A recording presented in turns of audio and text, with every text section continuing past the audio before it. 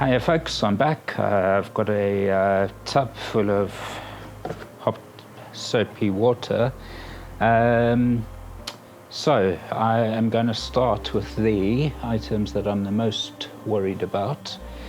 So let's get this PC board right in here, and I could have made that a bit cooler. Yeah, hot, hot, hot. Okay, and let's just give this a gentle scrubberoo. Gentle scrubberoo.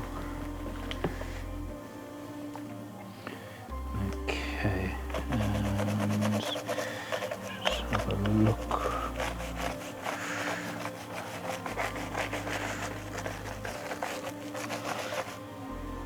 We'll give this a wash in isopropyl alcohol later. So it's just to get the main gunk off, which has actually come off remarkably easily.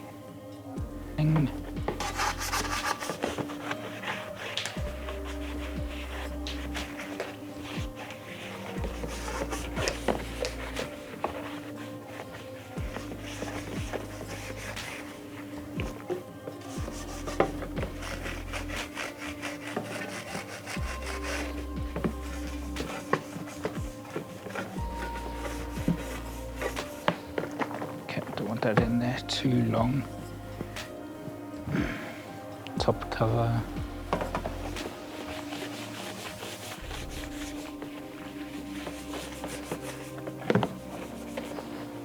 Top PCB.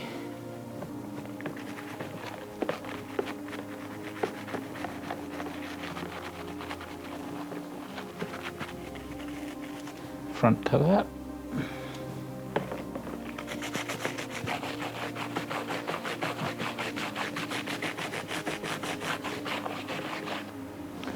That's come out nice and clean. No signs of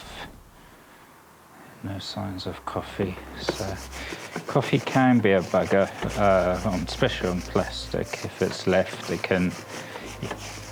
can really stain, and yeah, then you're into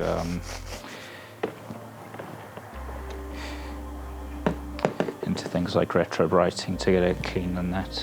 But luckily, everything that we're dealing with is metal, and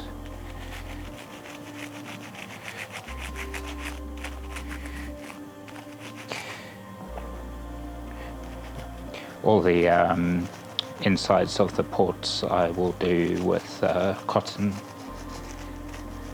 swabs and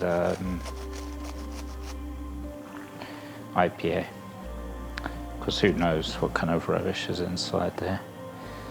Okay, so that's the little digital coax, the ribbon cable.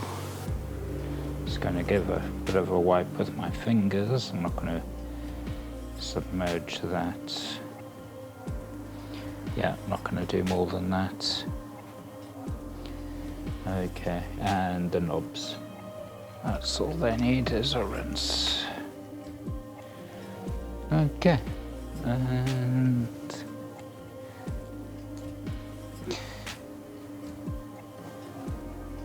that's it.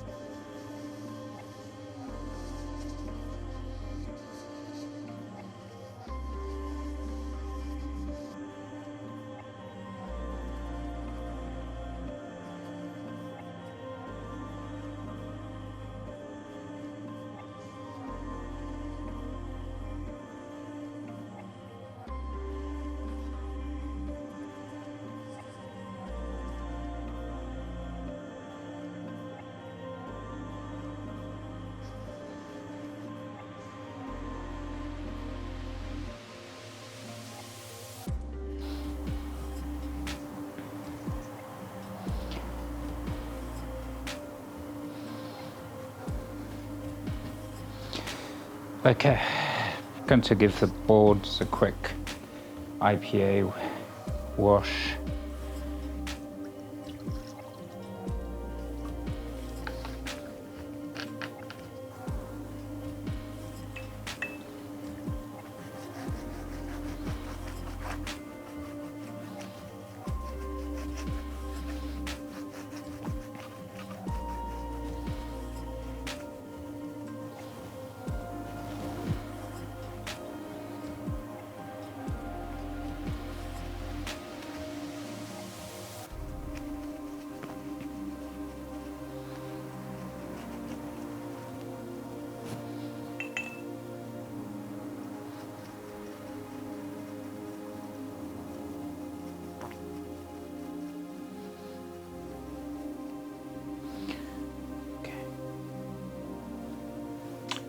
Okay, we've given everything a good thorough wash with hot soapy water.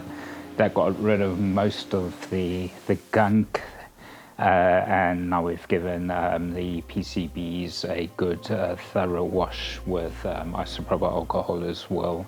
They'll need to dry now, so I'm going to go and stick them in the sun for a while.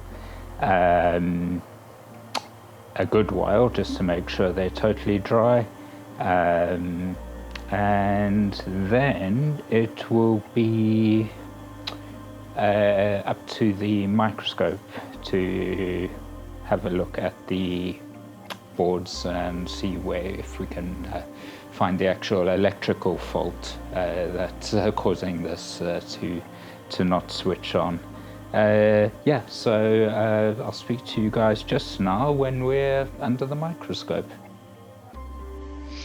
Okay, so here we are under the microscope. I put power in through the barrel jack,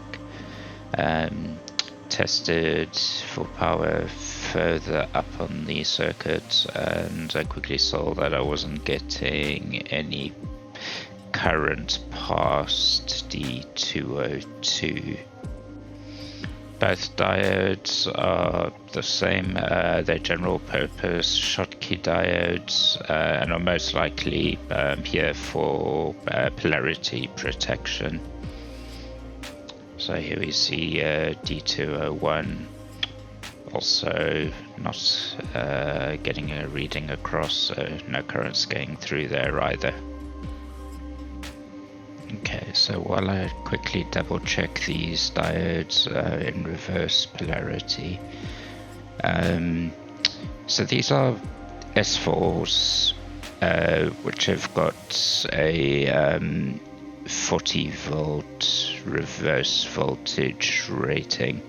So what I believe happened is that the 48 volts for the microphone phantom power probably got onto this rail, which exceeds the 40 volts reverse voltage rating, and the diodes broke down.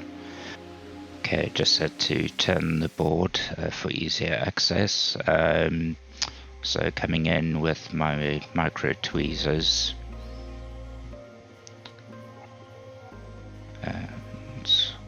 you can get D202 off with no problems because that's right on the edge of the board.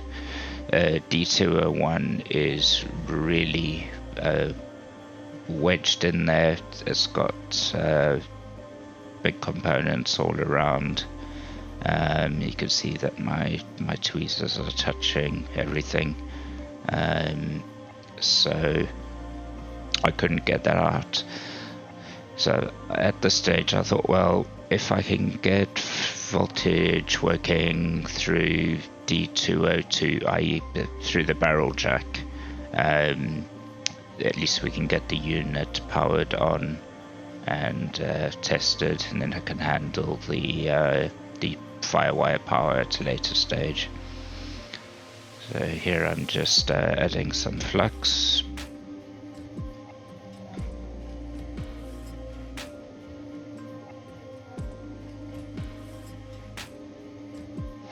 And then I'm coming in with some solder braid to clean up the pads.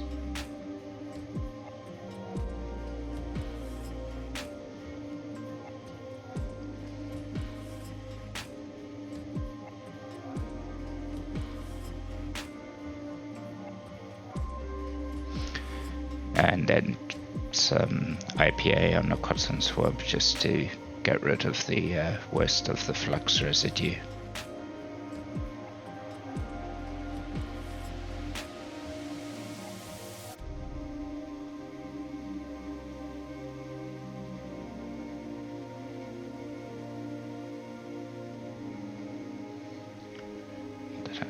Then I'm coming in with some solder paste.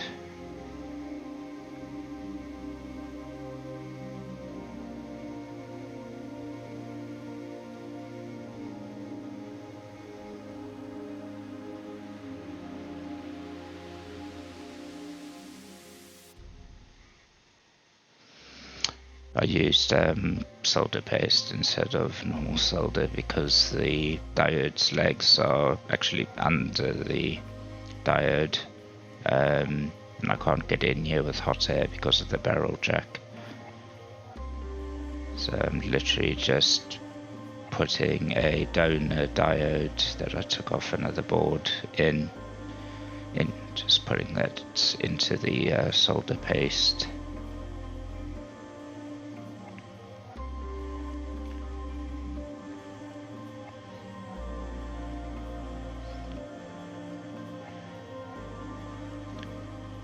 Then holding it down with a pair of tweezers, just applying heat.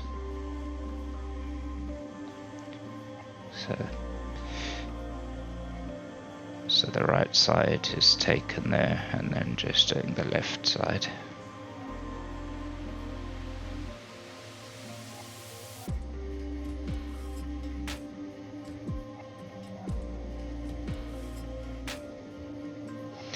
And then coming in with some IPA to clean up the worst of the flux residue.